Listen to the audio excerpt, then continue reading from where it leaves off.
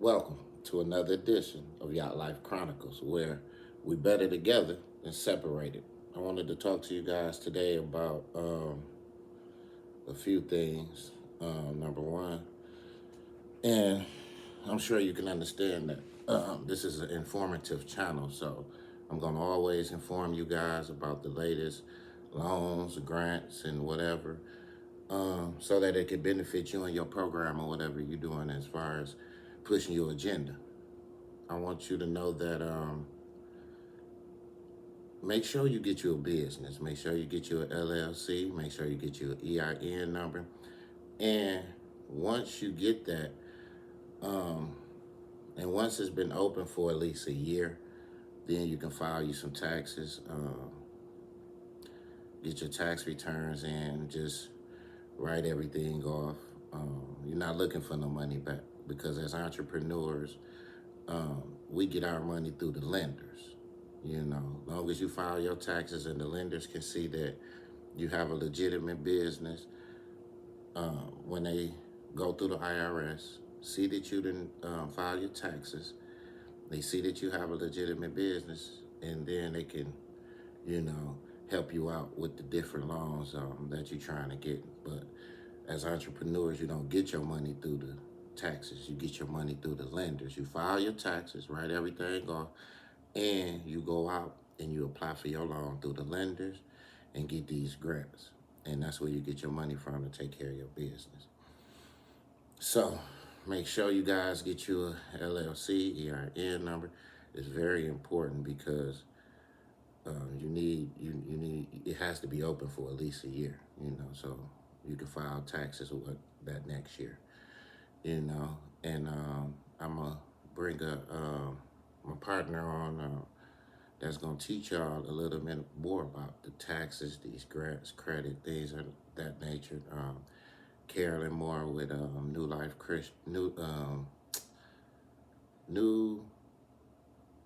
New Life Creations. New Life Creations, I'm sorry. So she'll be coming on the show and she'll be informing you guys about a lot of these loans, about credit, financial literacy, things of that nature. So, because there's a new grant out now and they didn't even cut the restrictions for criminals, because a lot of SBA don't, too much deal with criminals if you got a criminal background, if you're on parole, probation. And this is SBA, this new loan is the SBA expands Community Advantage pilot program to provide funding to undeserved entrepreneurs. So the SBA has partnered with a lot of lenders, and they're helping out a lot of low income entrepreneurs, undeserved entrepreneurs. So, and you can look this up once again. You can look this up so you can investigate it yourself. Small Business Administration expands Community Advantage pilot program to provide funding to undeserved entrepreneurs. So you guys check that out. But um, on today's show, we're going to talk about independence, dependence. We've been dependent on so many people, things, and for so long now, to the point where we don't know how to be independent. And the only way for us to be independent, and don't get me wrong, we always gonna be dependent on something or somebody. But I guess we just have to have a balance, you know? Because I know we can't get nowhere in life being independent, nobody's self-made. But we have to have a balance as to where we have our own independency on things as to where the ones that we dependent on are not around. If we can't get to them and things of that nature, we can still make things happen on our own. We can still give ourselves the love, the care, the support that we need of our own. A lot of us growed up empty. A lot of us growed up without parents to show us that love and the care and attention, So we grow up as kids. When we become adults, we look for that in other people, you know, that love, that care, that attention we weren't shown as children. So we look for that in other people, and then we become dependent on other people, you know, for these particular reasons. And sometimes you can be so dependent on a particular situation and on a particular thing where this dependency has brought you down. This dependency has made you worse, you know.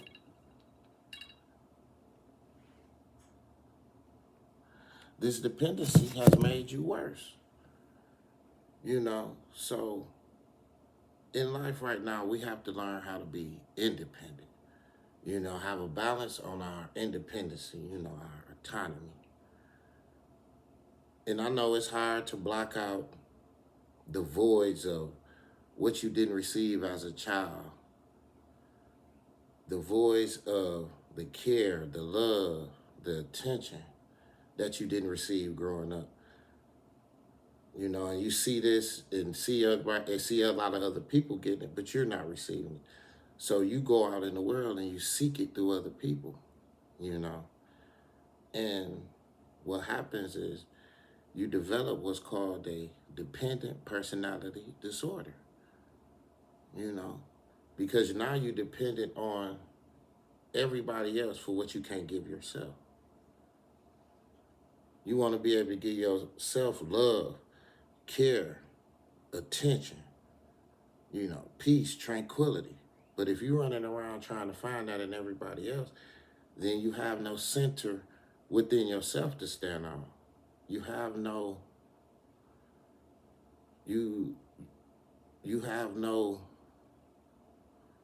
type of ground, no middle ground. You got to have some type of center, some type of middle ground as to where you can stand on yourself independently by yourself when no one is there but you,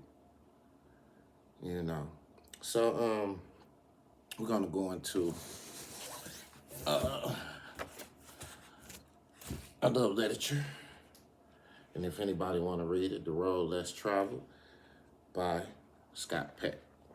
One of my greatest books. Very great psychologist. I define dependency as the inability to experience wholeness or to function adequately without the certainty that one is being effectively cared for by another. Dependency in physically healthy adults is pathological. It is sick, always a manifestation of a mental illness or defect. It is to be distinguished from what are commonly referred to as dependency needs or feelings. We all, each and every one of us, even if we try and pretend to others and to confuse ourselves that we don't have dependency needs and feelings, all of us have desires to be babied, to be nurtured without effort on our part, to be cared for by persons stronger than us who have our interests truly at heart. No matter how strong we are, no matter how caring and responsible an adult, if we look clearly into ourselves, we will find the wish to be taken care of for a change. And we all do that.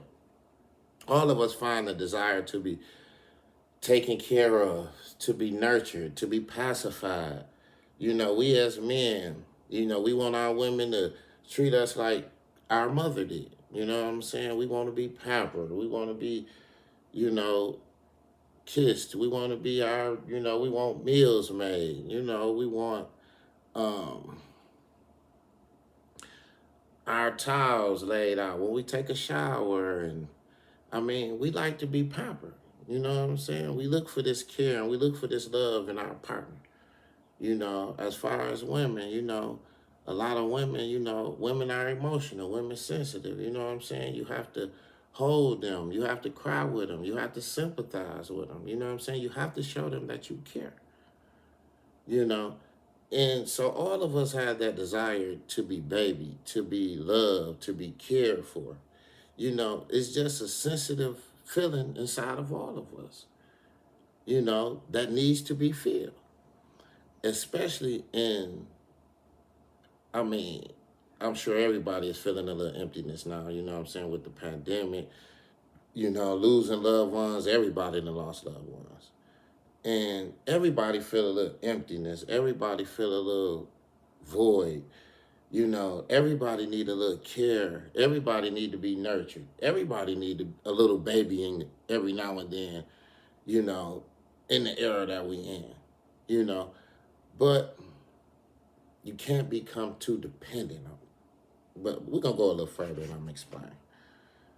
Okay.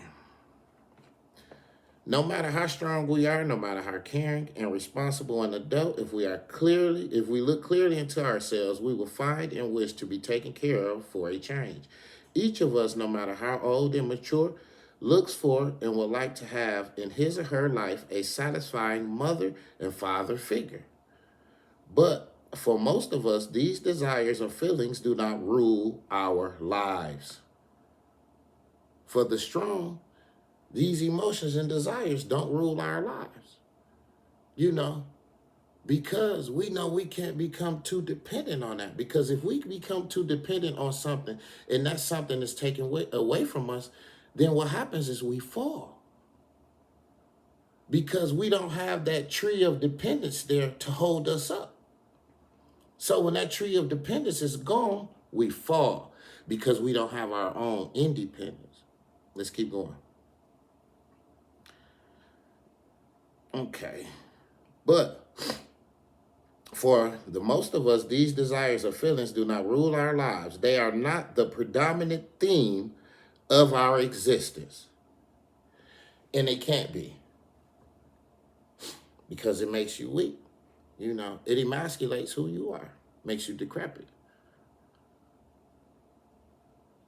You know, being dependent on so many things, you know, if you're dependent on so many things, where are your independence at?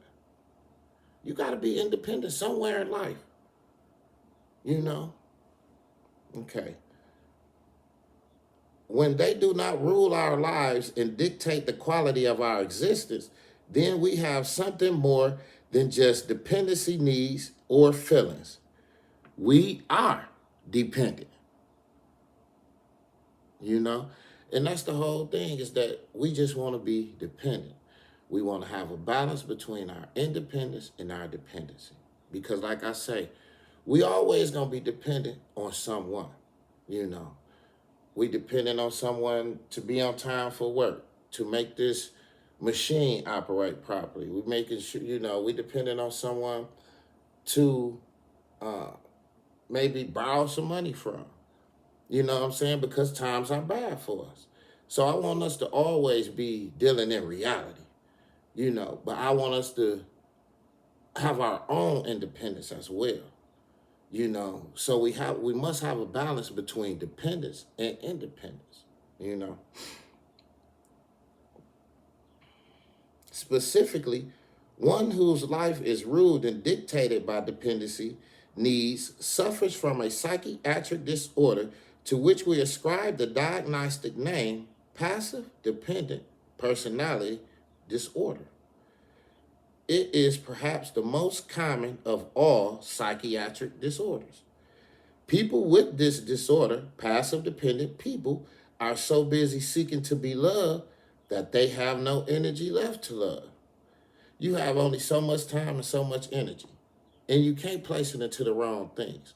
So if you running around seeking to be loved, when do you have the time to give any love back? If you looking for everybody to make things happen for you, when can you make things happen for them? And then you get into the mindset is that everybody you run into, you know, you trying to get them to help you in what they do, help you with what you're doing. But when do you have the time to help other people with what they're doing? You have to give back. Just the same as well, the love and the support somebody gave you, you got to get that right back. You got to reciprocate it.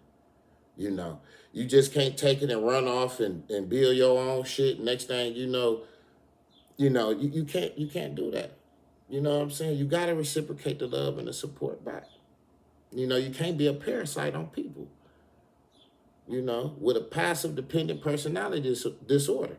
Every time you run across somebody, you know, you being a parasite on people without nothing left to give them because you so busy being a parasite. People with this disorder, passive dependent people, are so busy seeking to be loved that they have no energy left to love. They are like starving people scavenging wherever they can find food with no food of their own to give to others. It is as if within them they have an inner emptiness, a bottomless pit crying out to be filled, but which can never be completely filled. They never feel fulfilled or have a sense of completeness. They always feel a part of me is missing. They tolerate loneliness very poorly. Because of their lack of wholeness, they have no real sense of identity, and they define themselves solely by their relationships. And this is another part of being dependent on people, as to where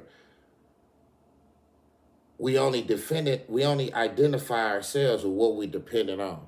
If we dependent on a person for love, care, attention, okay, then we're in an abusive relationship.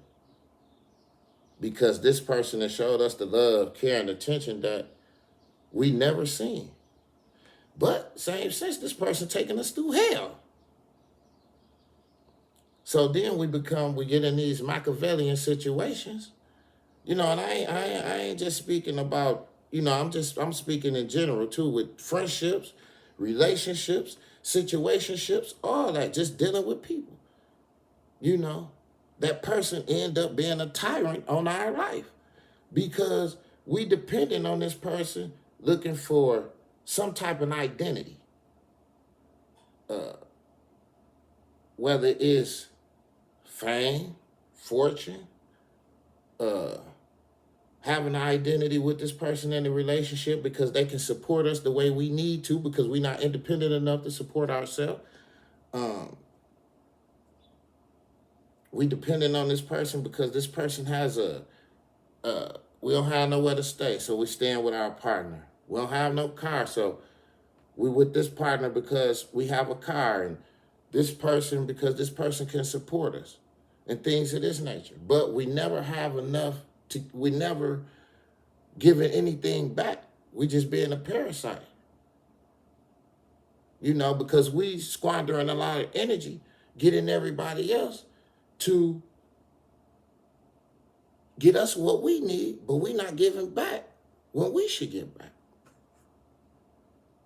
You know, so we have a lot of people deal with other people because of identity reasons.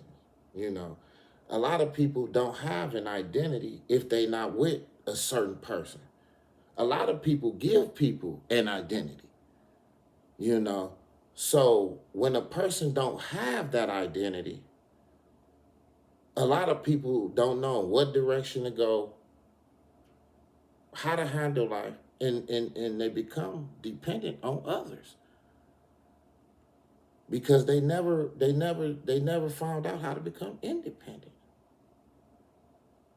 or the partner that they was with never showed them. You know. So, and I mean, at the end of the day, it's all a power game. You know, it's all about control.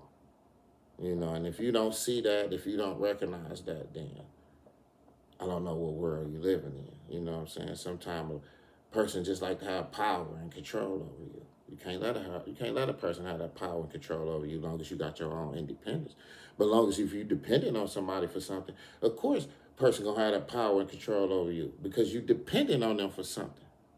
You know? Okay, so all right.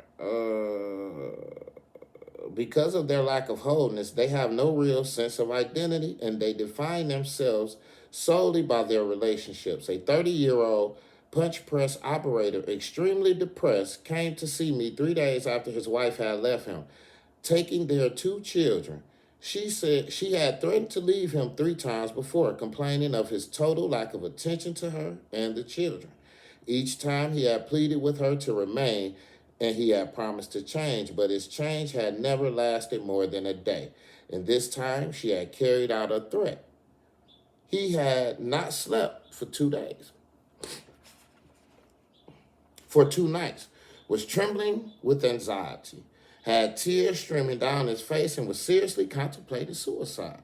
I can't live without my family, he said, weeping. I love them so. His family had gave him that identity. You know, he had been so much in his comfort zone for so long that his family became his identity. He didn't know anything outside of that. He said, weeping, I love them so. I'm puzzled. The doctor said to him, I'm puzzled. You told me that your wife's complaints were valid. You told me you never did anything for her, that you came home only when you pleased, that you were interested in her sexually, that you weren't interested in her sexually or emotionally, that you wouldn't even talk to the children for months on end, that you never played with them or took them anywhere. You had no relationship with any of your family. So I don't understand. Why are you so depressed over the loss of your relationship that never existed? So the patient says, don't you see? He replied, I'm nothing now. Nothing. I have no wife. I have no children. I don't know who I am. I may not care for them, but I must love them. I am nothing without them. Because he was so seriously depressed, having lost the identity that his family gave him, I made an appointment to set him up to see him again 2 days later. I expected little improvement, but when he returned, he bounced into the office grinning cheerfully and announced, everything's okay now. I said, did you get back together with your family? The patient said, oh no. He replied happily, I haven't heard from them since I saw you, but I did meet a girl last night down at my bar. She said she really likes me. She repeated, she separated just like me. We got a date again tonight. I feel like I'm human once more. I guess I don't have to see you again. So you go around depending on people to give you an identity. You know, bouncing around from person to person to person. You know, looking for that void to be filled. For someone to give you that love, that attention, that care that you can't find within yourself. Sometimes you got to find your own identity in who you are. If you have identity with somebody forever, then you never learn who you are. It's cool to have identity with somebody, you know, as to where y'all got y'all own brand, y'all got y'all own thing popping, this and that. But that's y'all unique purpose together. You got to have your own identity as to where you can go inside yourself, know what you like, know what you love, know what you want to do, know how you want your life to be. You know what I'm saying? It ain't all the ways about us. Sometimes it's about me, me, me, me, me. You know what I'm saying? You got to have your own independence.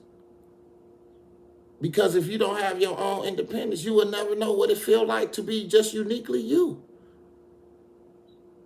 You know what I'm saying? To have your own identity, to be out here, to spread it out to the world.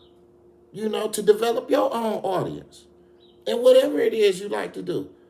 This world got a place for you somewhere in it. It's upon yourself to go inside yourself, find out who you are, find out your own identity, what you like, what you love, and start doing it. Okay, so the doctors say, with this rapid changeability is characteristic of passive dependent individuals. It is as if it does not matter whom they are dependent upon, as long as it is just someone. It does not matter what their identity. It does not matter what their identity is as long as there is someone to give it to them. Consequently, their relationships, although seemingly dramatic in their intensity, are actually extremely shallow. Because of the strength of their sense of inner emptiness and the hunger to fill it, passive dependent people will brook no delay in gratifying their need for others. A beautiful, brilliant, and in some ways very healthy young woman had from age 17 to 21 had an almost endless series of sexual relationships with men invariably beneath her in terms of intelligence and capability. She went from one loser to the next. The problem, as it emerged, was that she was unable to wait long enough to seek out a man suited to her, or even to choose from among the many men almost immediately available to her, because she had a clingy mentality. So when you have a clingy mentality, you always trying to be a parasite on men and women. You know, every time we get out of one relationship, we're in another one. Get out that relationship, we're in another one. We just clingy as hell. You know what I'm saying? Next thing you know, we leaving residue back here in this relationship. We still got shit in our name, feelings we haven't got over of this past relationship. Then we move on to a new relationship. Now we building over here. Got residuals over here, building over here. So we just going down the line, and we just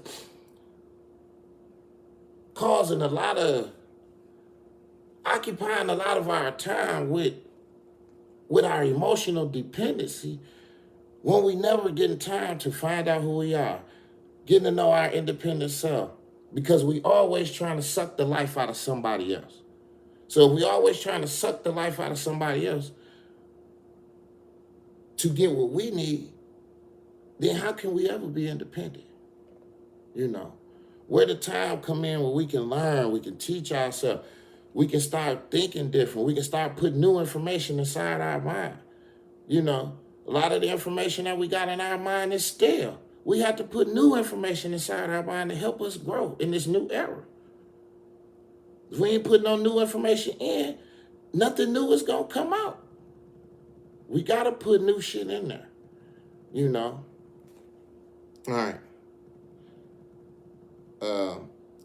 Within 24 hours after the ending of a relationship, she will pick up the first man she met at the bar and would come in to her next therapy session singing his praises. I know he's unemployed and he drinks too much, but basically he's very talented and he really cares for me. I know this relationship will work. But it never did work. Not only because she had not chosen well, but also because she would then begin a pattern of clinging to men, demanding more and more evidence of his affection, seeking to be with him constantly, refusing to be left alone. A lot of people don't deal with loneliness well, and that's not good. You know, you have to deal with loneliness. That's why I'm telling y'all, if you invest yourself into your talent, your gifts, and you know what I'm saying, the things that inspire you, you don't have time for all of this unnecessary stuff, because you're too busy building yourself up. It is because I love you so much that I cannot bear to be separated from you, she would tell him. But sooner or later, he will feel totally stifled and trapped, without room to move by her love. A violent blow-up will occur, the relationship will be terminated, and the cycle will begin all over again the next day.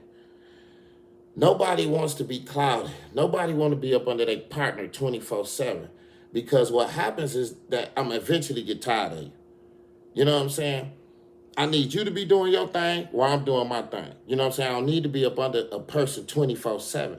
Because if I'm up under a person 24/7 and we don't really have a purpose as to where we can invest our attention to, then we invest in our attention in a lot of bullshit. You know?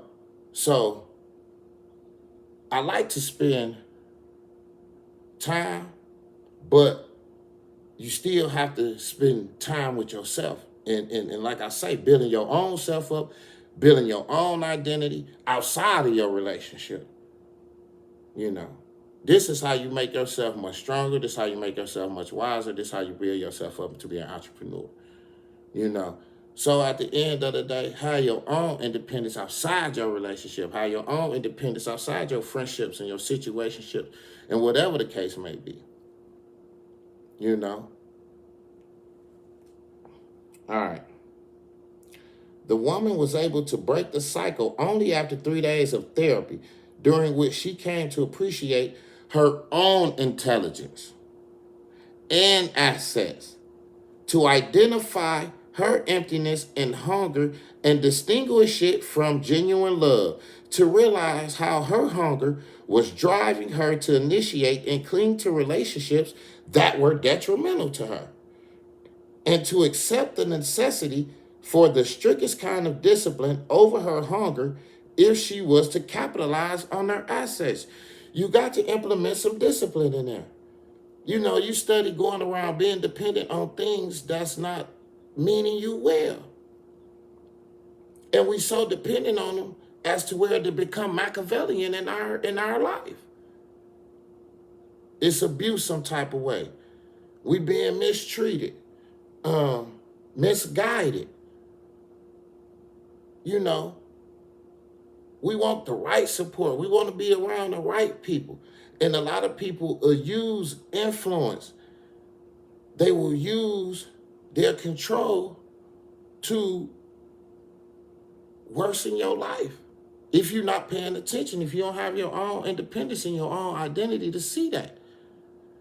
You know, a lot of people taking you down the wrong path. A lot of people just using you.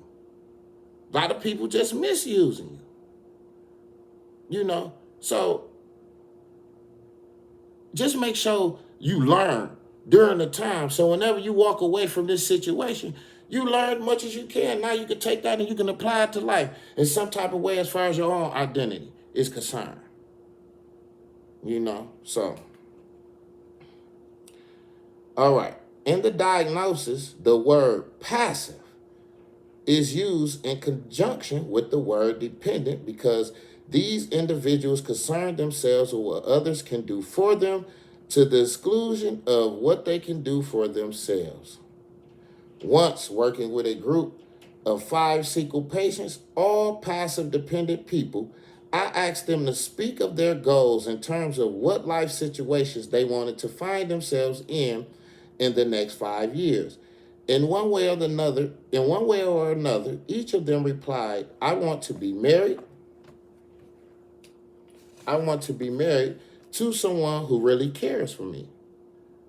No one mentioned holding down a challenging job, creating a work of art, making a contribution to the community, being in a position where he or she could love or even have children. The notion of effort was not involved in their daydreams. They envisioned an only effortless, passive state of receiving care.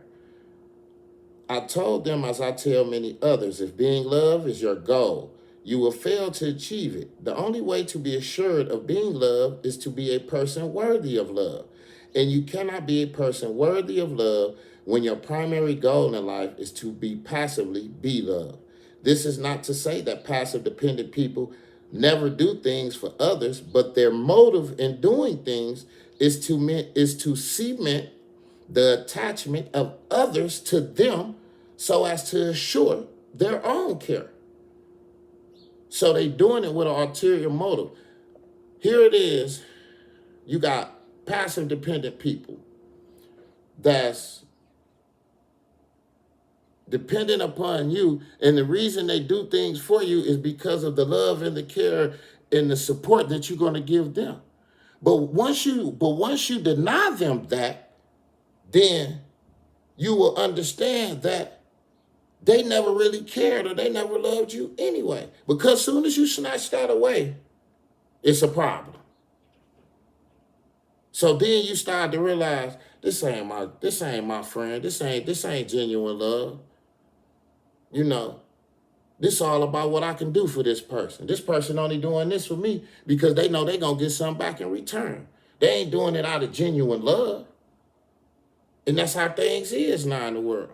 I'm only doing this because I know you can do that for me. You know, it ain't real. Things ain't, real genuine support no more.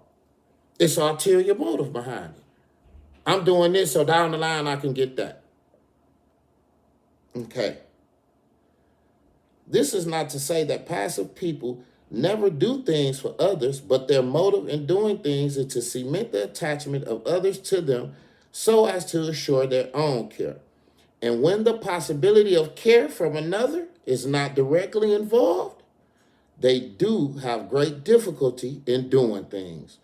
All the members of the aforementioned group find it agonizingly difficult to buy a house, separate from their parents, locate a job, leave a totally unsatisfactory old job, or even invest themselves in a hobby.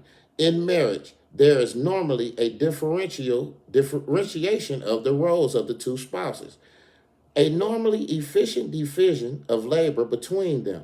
The woman usually does the cooking, the house cleaning, the shopping, and cares for the children. The man usually maintains employment, handles the finances, mows the lawn, and make repairs. So, them gender roles. Okay, so, and I want to say to my fans, we don't do gender roles. You know what I'm saying? We universal. We do it all. Because if we in a situation and the woman always cleaning, cooking, and taking care of the kids and doing this, doing that, and we never do it, then when she leave us, we depending on somebody else to come do it for ourselves. Nah, we do that shit for ourselves. You know what I'm saying? Just like women need to learn male roles. So when men leave them, or when a man not around, they independent, and they won't need to be clingy to nobody else for this dependent attitude that they have for something that they particularly need, that somebody else was giving them that they was dependent on.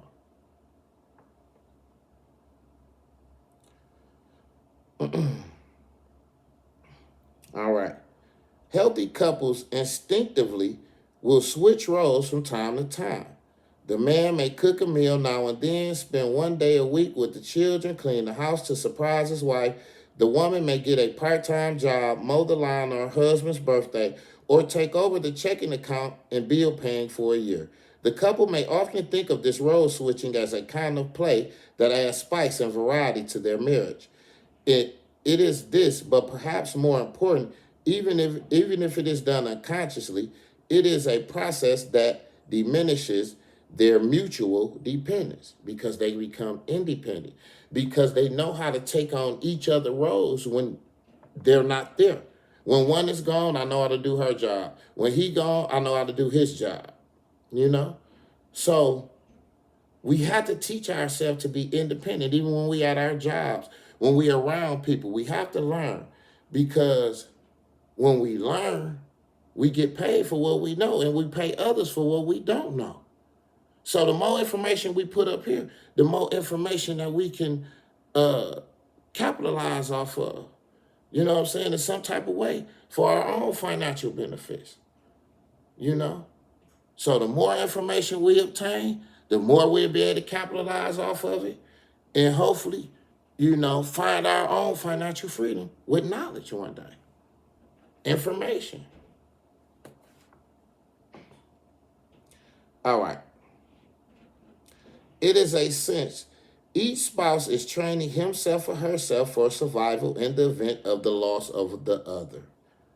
But for passive dependent people, the loss of the others is such a frightening prospect that they cannot face preparing for it or tolerating a process that would diminish the dependency or increase the freedom of the other. Consequently, it is one of the behavioral hallmarks of passive dependent people in marriage that the role differentiation is rigid, and they seek to increase rather than diminish mutual dependence so as to make the marriage more rather or less of a trap, by doing so in the name of what they call love, but what is really dependency. because here it is, I'm marrying you because of something I need, something I can benefit you from, something I can benefit from, or a certain identity that I can have with you. So I have ulterior motive as to where I'm even marrying this person. You know, then we give up certain roles. The man he don't clean no more because he look for the wife to clean all the time. The wife, she don't drive no more because the man drive. Um, the wife don't pay bills because she want the man to take care of her. You know what I'm saying? I mean, it's crazy out here in this age. So I could talk about a lot of things, but we have to have a balance on our independence. When we with our mates, when we with our partners, we have to know their roles just like we know our own, so that when they not around, just like when we at our job, when our boss are not around, our supervisor are not around, we got to know their job just like we know our own. We paying attention and learning their job without them even knowing, because the more we know, the further we can go. We got to bridge the gap on our independence and our dependence. We can't be so dependent on people that we're not independent ourselves. I just really wanted to talk to y'all about, the difference of that and how we got to have a balance between the two. Because like I said, we're going to be dependent on a lot of things and a lot of people, but in the same sense, let's have a balance on it to the point where we don't have no independence ourselves. You guys out there, really I love for you to tune in, and I love for you to, really catch these thoughts and these different philosophies of life that I like to teach y'all. These are the things that I think about when I wake up to, and I just want it to be a gift to y'all as well. A lot of people might not like it, a lot of people will, but we're not concerned about, we only want this to apply to the ones who do. The ones that can apply it, the ones that don't. So at the end of the day, like I say, we better together than separated. This is another episode to help us move forward, to help us build ourselves up in some type of way, to not have a passive dependent personality disorder, and let's learn much as we can so we can be independent. We don't have to depend on everybody for everything, Like I said again, don't forget about getting you an LLC, getting your EIN, so you can get your taxes filed, and so that you can get out here to some of these loans and these grants and things of this nature, like I say, to help us move forward. I thank you for tuning in. This is a very informative channel, so I look forward to seeing you on my next episode again. Have a good day. Have a blessed day. And this is another edition of YatlifeChronicles.